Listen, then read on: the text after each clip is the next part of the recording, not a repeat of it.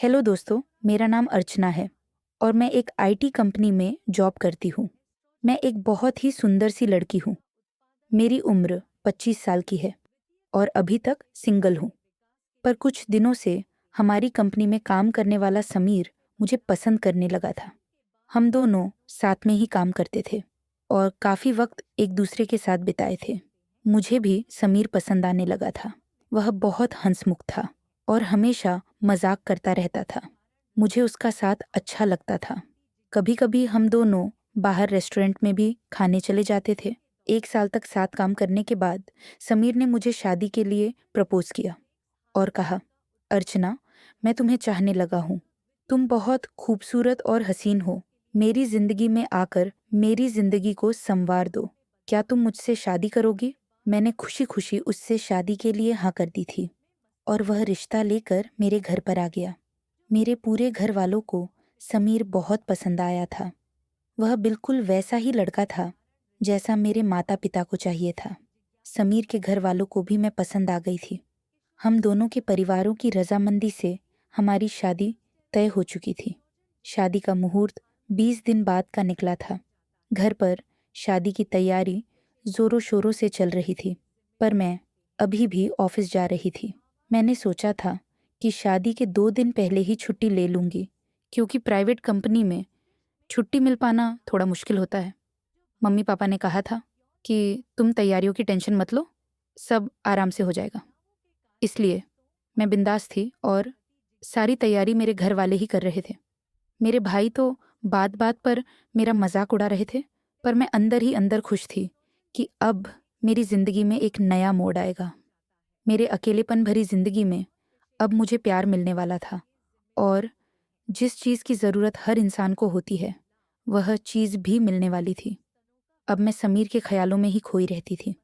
रोज़ रात को फ़ोन करके समीर मेरे साथ सुहागरात की बातें करता था और मैं उन ख्यालों में डूब जाती थी। मेरे ऑफिस के लोग भी हम दोनों को लेकर मजाक किया करते थे। सब कुछ सही चल रहा था, लेकिन मेरी जिंदगी में एक नया तूफान आने के लिए इंतजार कर रहा था, जिससे मैं बिल्कुल अनजान थी। एक तरफ जहां मैं समीर और मेरी नई जिंदगी के नए सपने देखने लगी थी, वहीं दूसरी तरफ मेरी जिंदगी में भूचाल आने को तैयार था और मुझे पता नहीं था कि वह मुझे इस तरीके से मसल कर रख देगा। एक दिन समीर ऑफिस नहीं आया था क्योंकि उसकी तबीयत खराब थी। इसी वजह से मुझे ऑफिस में ज़्यादा काम करना पड़ा।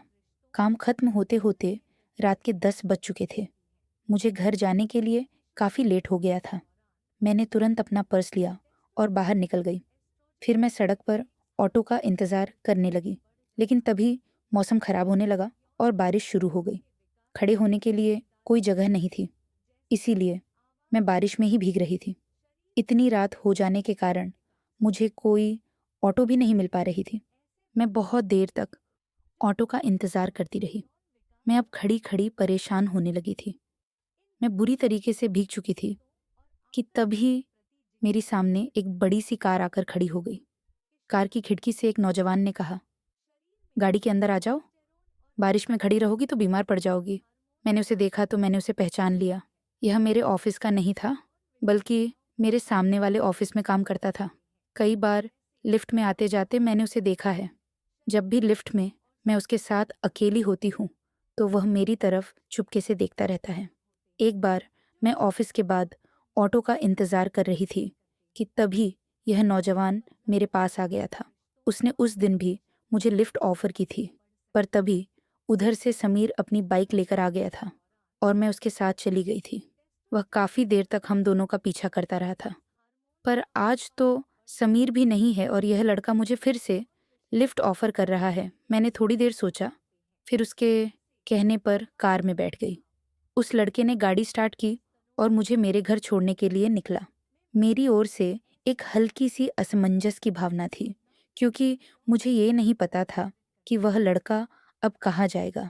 फिर भी जब मैं घर के करीब पहुंची तो लड़के ने मुझसे कहा, मुझे पूरा यकीन है कि तुम समीर के साथ खुश रहोगी, पर तुम्हें कभी लगता है कि अगर तुम किसी और से भी प्यार करती तो क्या होता?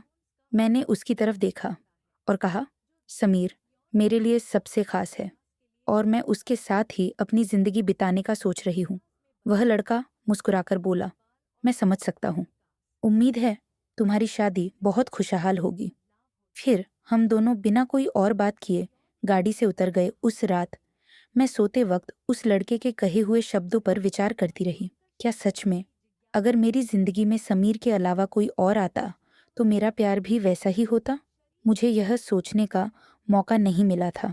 शादी के दिन तक सब कुछ अचानक से सटीक और सही हो गया।